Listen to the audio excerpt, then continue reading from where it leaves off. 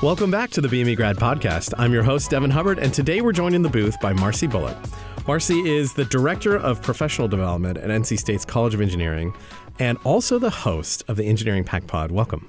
Thank you, Devin. It's so good to be here. You met me at the parking deck, which was a lifesaver because finding this room was a challenge, but we're here. Yeah, we like to make it difficult. We don't want you to leave. That's why. I know. I'll never find my car. Lure you deep into the maze and just let you go. Well, I'm glad you're here. I wanted to have you on. You and I have corresponded on a couple of other subjects, but mostly because we're both podcast hosts and we both have a shared passion for career development and professional development. And so wanted to have you on to talk about that exact topic because obviously our audience is mostly folks that are either currently students that are getting ready to graduate or maybe early career folks that are thinking about career changes or looking for careers.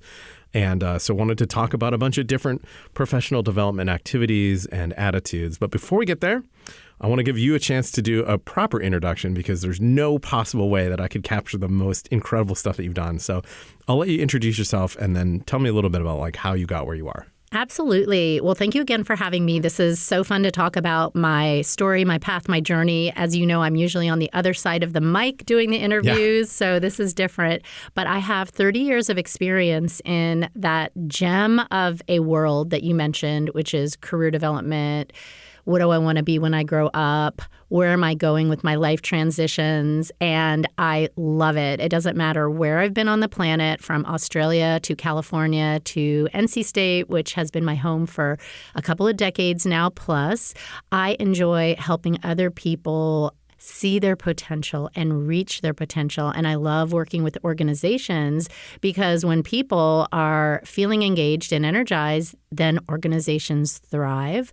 So I came from the Career Development Center at NC State, where I worked for a while. Previous to that, the College of Ag and Life Sciences. So a lot of time in higher education. I was at UC San Diego before that, graduate degree in counseling. And currently, like you said, I'm on my Encore chapter, which is working over on Centennial Campus in the College of Engineering. And your department, BME, is one of the 9 that I focus on for graduate students. So it's a great time. I have anecdotes about students that have certain behaviors or maybe sort of traits that I can point to in my mind as being useful and have served them well. And I've seen them advance in their careers. And now I've been in my role for enough years now to see students kind of progress. And in my head, there's a set of common traits, but you see a lot more students than I do. I'm curious to hear what your thoughts are on those sort of common core traits that you see serving students and then eventually those people that become employees as they progress through their career as being the most useful to succeed?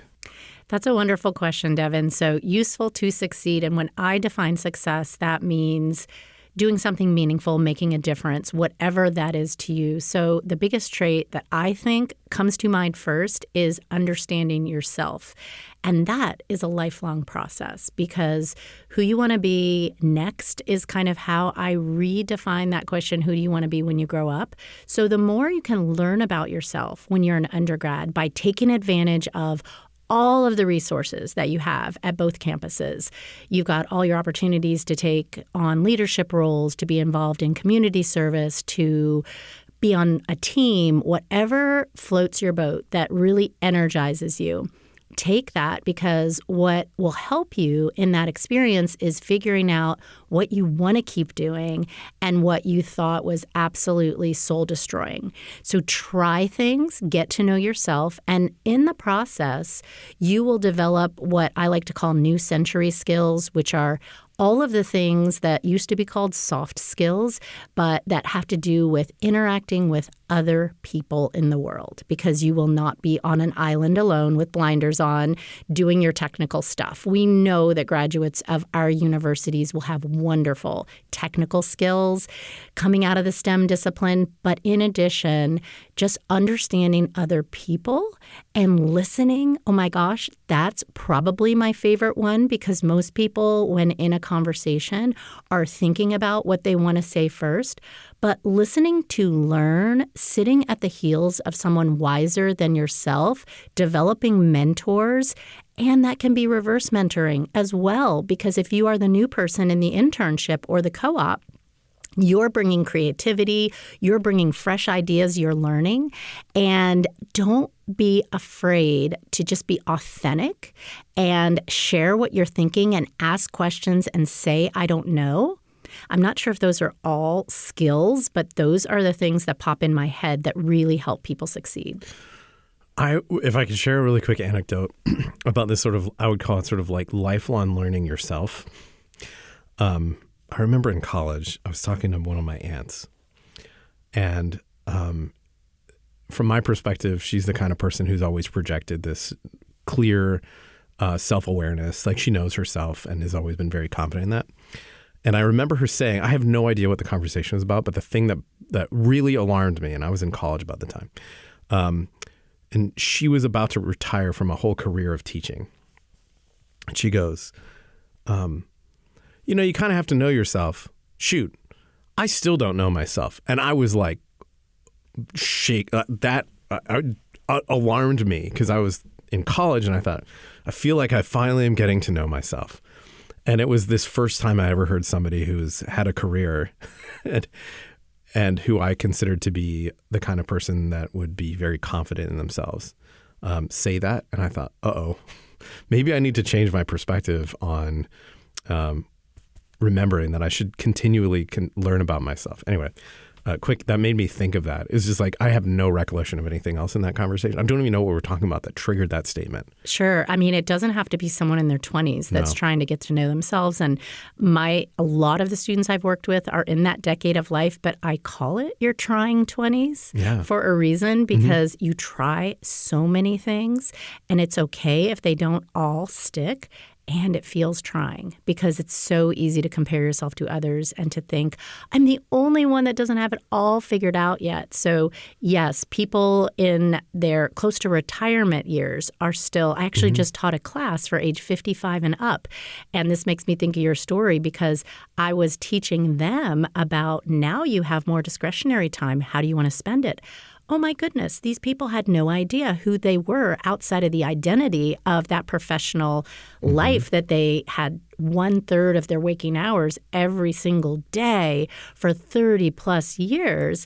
And a lot of people loved their careers. And now that their careers came to a close, what do they want to do with their time and who are they? It goes all the way from the cradle to the grave. I like this observation. I feel like this is an easy thing to fall into. Certainly, if so much of your lifetime is spent building a career, the identity of yourself is going to get attached to it in some way. And it doesn't shock me to hear that story. I mean, I have a bunch of other thoughts about knowing oneself. In some ways, I think that to the core, knowing yourself and knowing what keeps you motivated and what engages you in different subjects it's more fundamental than just professional skills because you'll develop those skills that you need as a result of that kind of drive. So, I appreciate that perspective. Yeah, for sure. And when we say knowing ourselves, I'll just break it into 3 categories that I think of a lot, which are what you like to do, your interests, your curiosity, when time flies by. That's what I ask people. Yeah. And just paying attention to that, like putting a hand on your pulse and saying, wow, all of a sudden it's 5 o'clock. This is what really got me going. And also what you're good at, which was the first question you asked me about skills. And then the last one is values.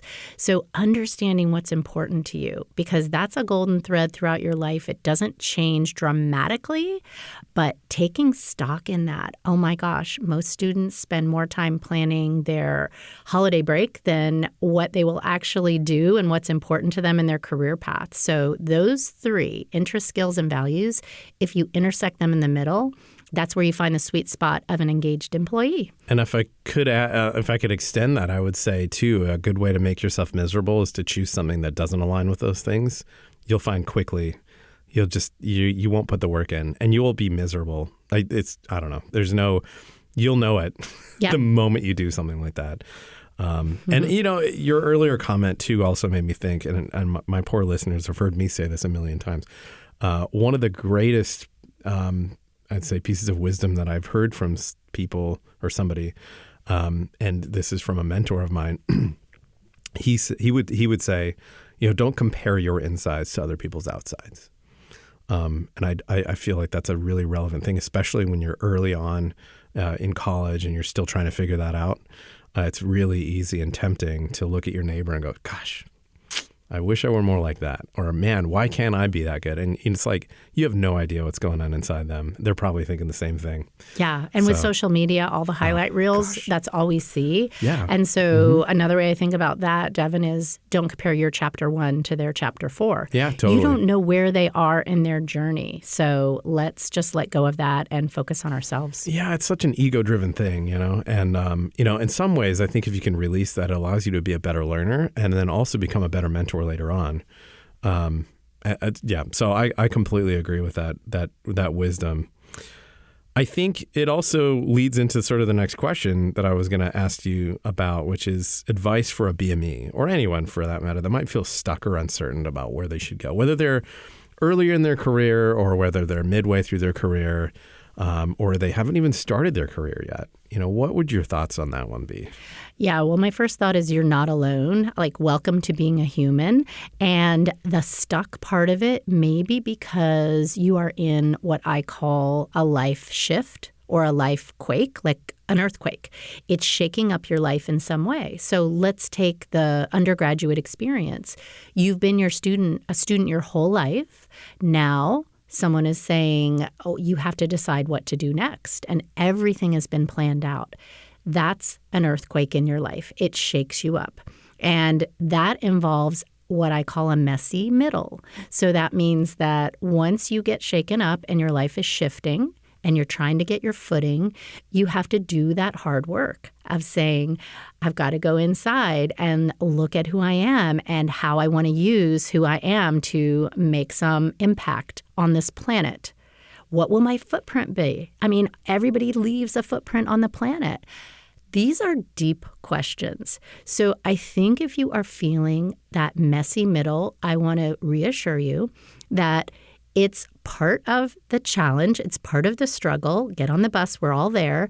And it's also the start of a new chapter. And that's on the horizon. And I mean, if you think of every hard thing you've ever done, you've always gotten through it. And you will get through this one as well. So there are some different tools I use with students and clients. In my side gig, I have a coaching business as well, and I work with organizations.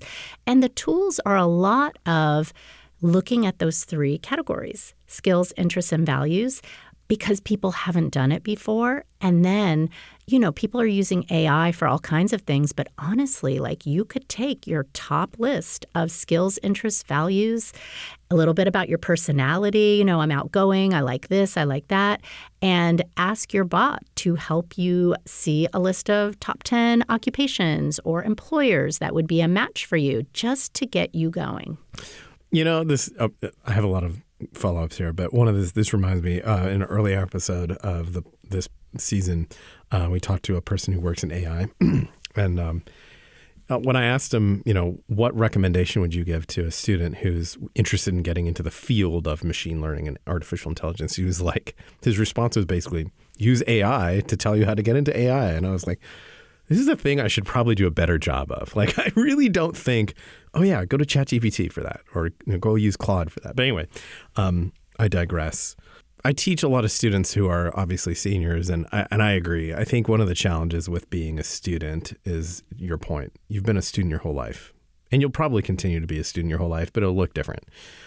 And in my opinion, those transition periods are the times in which you grow the most, at least maybe not the most, but the fastest, right? Because you have to like navigate your way through, and having a core set of values and knowing what they are and like knowing yourself is going to be the thing that guides you through that.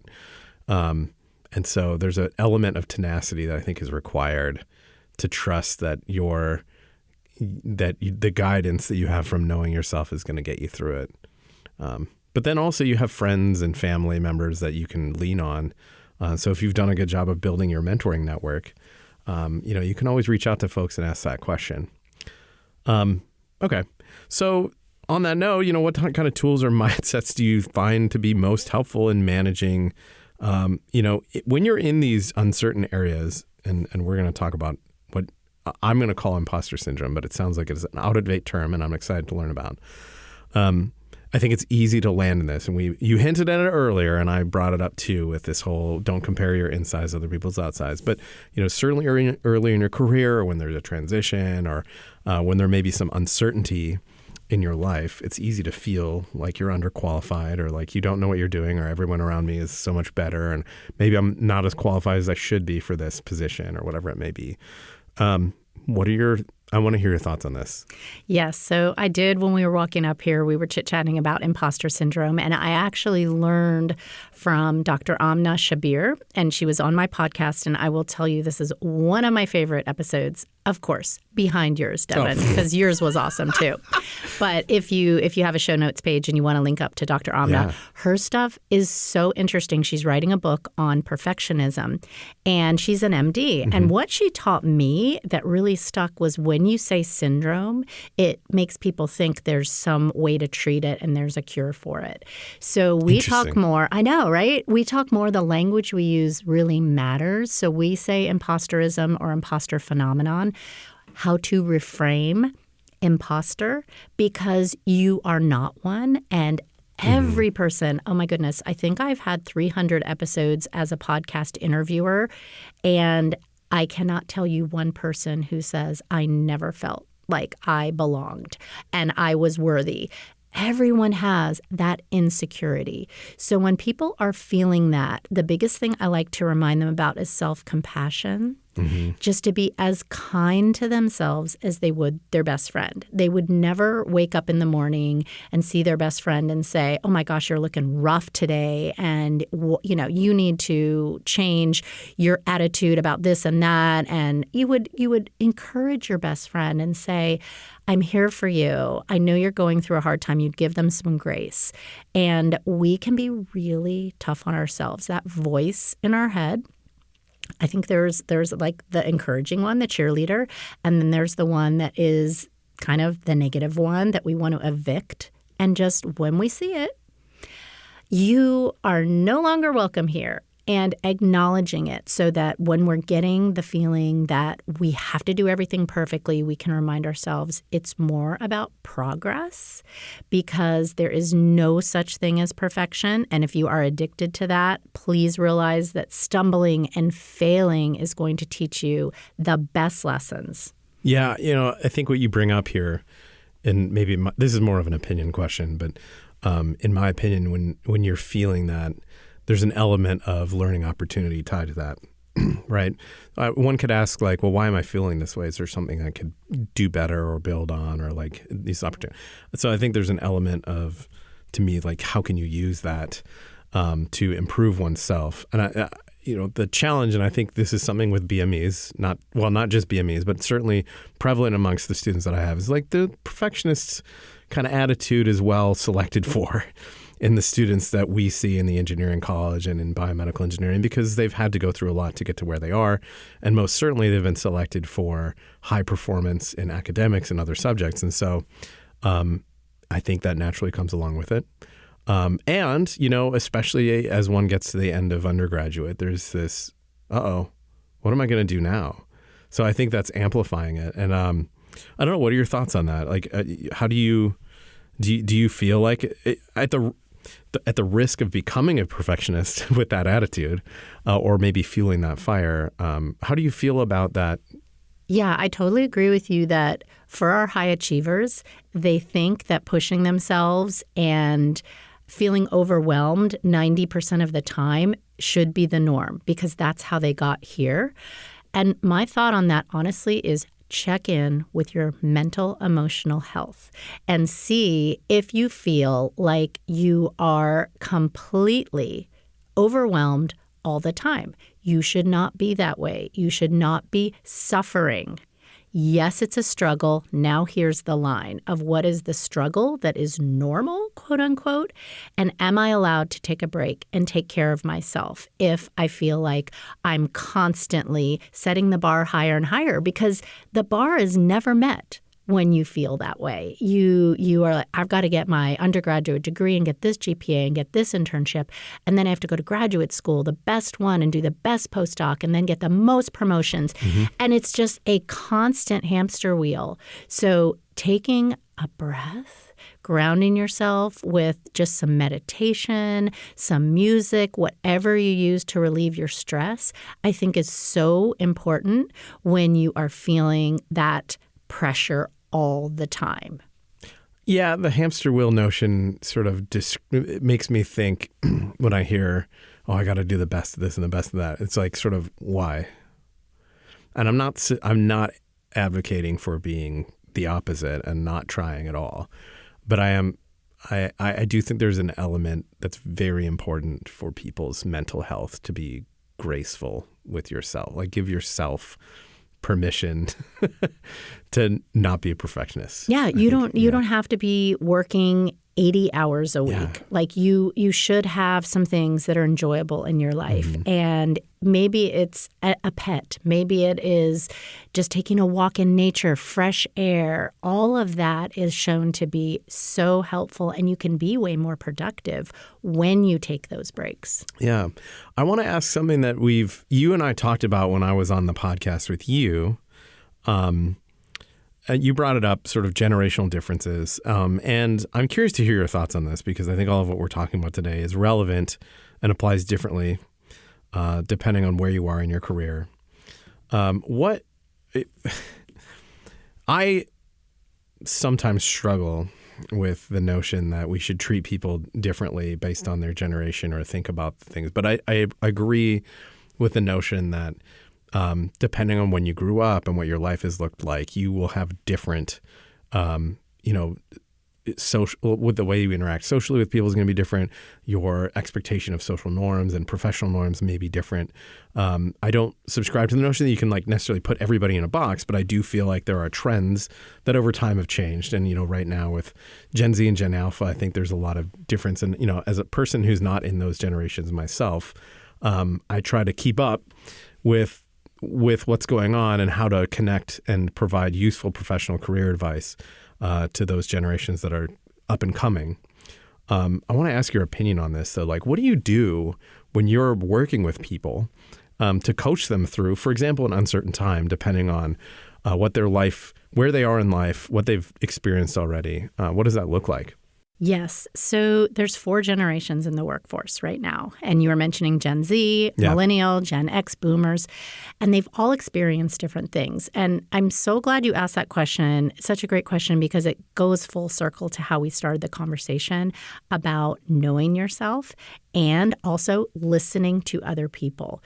So we don't want to stereotype people and say, oh, these people are always lazy. This group is they are the slackers, or these people, they're just not up to date on technology. And come on, or you're over here taking care of your mental health, get to work. You shouldn't be remote. You're getting distracted. There's so many ways that we can use it negatively.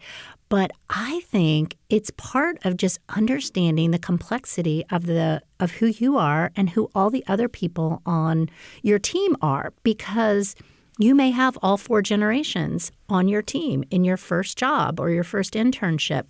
And how exciting is that they've experienced different things in their life than you have experienced? Doesn't mean we're going to pigeonhole them and put a label on them, but it means that we're just interested in that diversity of thought. And there's so many parts of a person's identity, and their age can be one piece of that. And there can be this idea of I can learn from you. You're new to the workforce and you're bringing in creative, fresh things. Plus, you've been here a while. Tell me about the history. Listen and have those conversations. And I think when you open up that dialogue, where did you grow up? And what are some of your customs? And what kind of food does your family traditionally like to eat at different gatherings? It helps you to appreciate what other people are experiencing and to value what they bring to your team. Yeah, I think it's really important to the point you're making, I think, if I could be so, is you kind of have, it's a two-way street. It's important for me to get to know you. You should get to know me. And oftentimes it's only a one-way street when I hear it, because I hear, my students say, oh my gosh, this is something that happened to me in my internship and it was the worst. And I'm like, well, I could see why that happened. How old was your boss? Are they in a different generation? And then I hear from their boss, oh gosh, these new students, they don't understand. And it's like, no, you guys need to talk to each other. And I feel like a good boss will appreciate somebody else's life journey, maybe what their expectation of the workplace looks like. And I think there's something to be said for tradition, and I also think there's something to be said for innovation in workplace culture. So your reference earlier to things like, oh gosh, remote work and stuff. I think I think workplace culture has changed over time for a reason, and it's going to continue to change. And I think it's important for folks that are maybe the ones now who are thinking, this is not the way we do it, to consider maybe we should think about doing things differently. And vice versa. If you're entering the workforce and you're thinking, why do you do it this way? This doesn't make any sense. Don't forget to pause and ask somebody, why do we do it this way? Or try to understand where it's coming from, because chances are there's more common ground than maybe you realize. Absolutely. I just did a keynote speech to one of my alums was working at a company, Siemens, which is an engineering company. And he said, Marcy, I thought about you to be the speaker. And that's exactly what I talked about to that group, because they had so many diverse folks from different countries, from different ages. And once they all started just taking a breath and not judging other people and listening, they left that talk saying, now I see the benefits of what you bring to the table, rather than looking at it as my way or the highway. Because, there's so many changes in work culture, in the way that you dress and the way that you interact and where you work. But also, you use the word expectation, and I want to underline that one, because when you start with a new organization, you should know what their culture is. You should know if they expect you to be there at 8 and not leave until after 6. And you should understand if they expect you to be in very professional clothing because you're going to be interacting with donors or CEOs or executives. Like, what is the norm there? And then decide if that's the place you want to work. If you want to work at a hip and happening, tech company where there's ping pong and everybody's in their flip-flops, that's not every company. And after COVID and after the pandemic and all the changes, we haven't figured it out yet. Like, companies are still struggling to figure out, is it okay to have hybrid, and how does that impact us? And there's a lot of different opinions. Yeah, and in some ways, I feel like finding a job or this cultural issue, it's I'm going to put air quotes on this, kind of funny to me, because it's no different, in my opinion, than navigating a social situation, right? Like, it would be really tone deaf to walk into a person's house and say stuff that might be disrespectful to their culture or norms. Just like it's a little tone deaf to walk into a company and say, well, this is the way I want to make it happen. And vice versa, right? Like, you wouldn't expect somebody to walk into your house and treat them inappropriately for the way that they want to be treated. And likewise, when you walk into a company, I would expect that the leadership would be, rational enough to interact with you appropriately and understand where you're coming from too. So, and the word that I always think of, and I love the house analogy, it's like, is this a shoes on, shoes off house? It's respect. Yeah. It's just respecting both sides and treating each other with respect, respecting the history, respecting the new, fresh approaches, because that brings so much energy, all of it. Yeah, absolutely.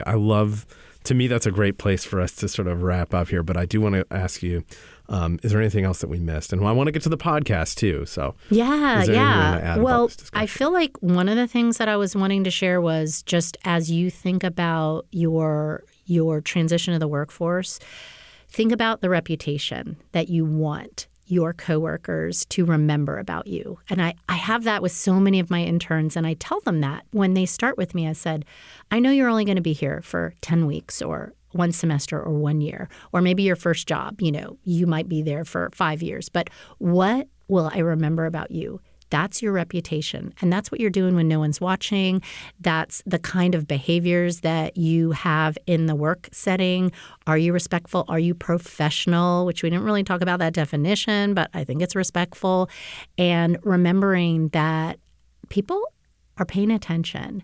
And if you think about it that way, like, what will my reputation be and what will be like the one line people will say when I leave this role, I think that really puts it in perspective. Yeah, I think that's wonderful advice. All right, last thing I want to touch on is the podcast. So obviously you're the host of the Engineering Pack Pod. Yep.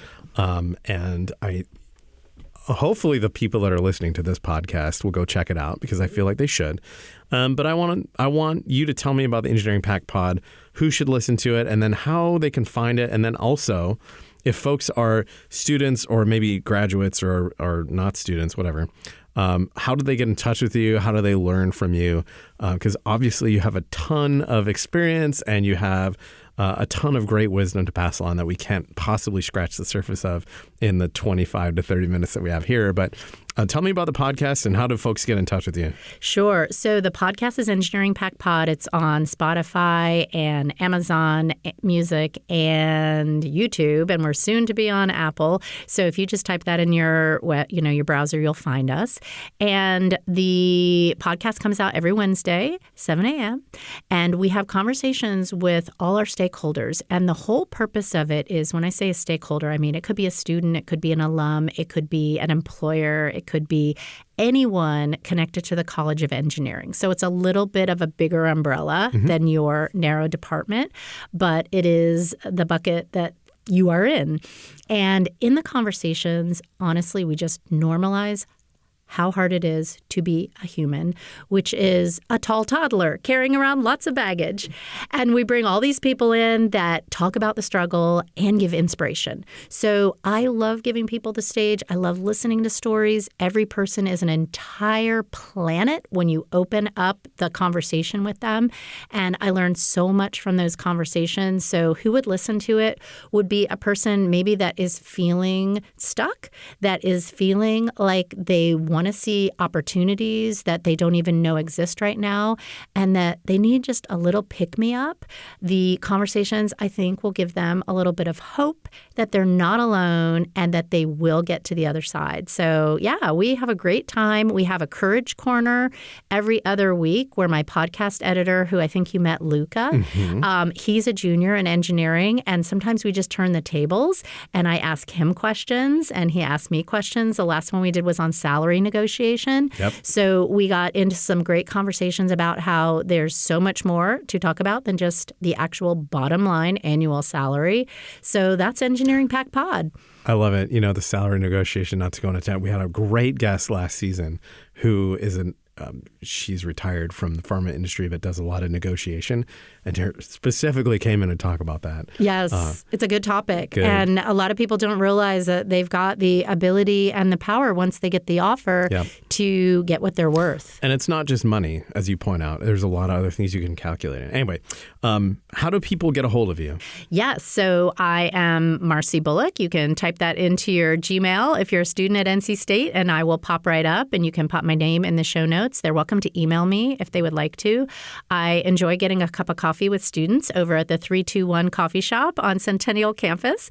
And we just sit and sip and chat. And, you know, you feel like you are not a number on a big university. You feel like people care about you. And I would open that invitation up to your listener.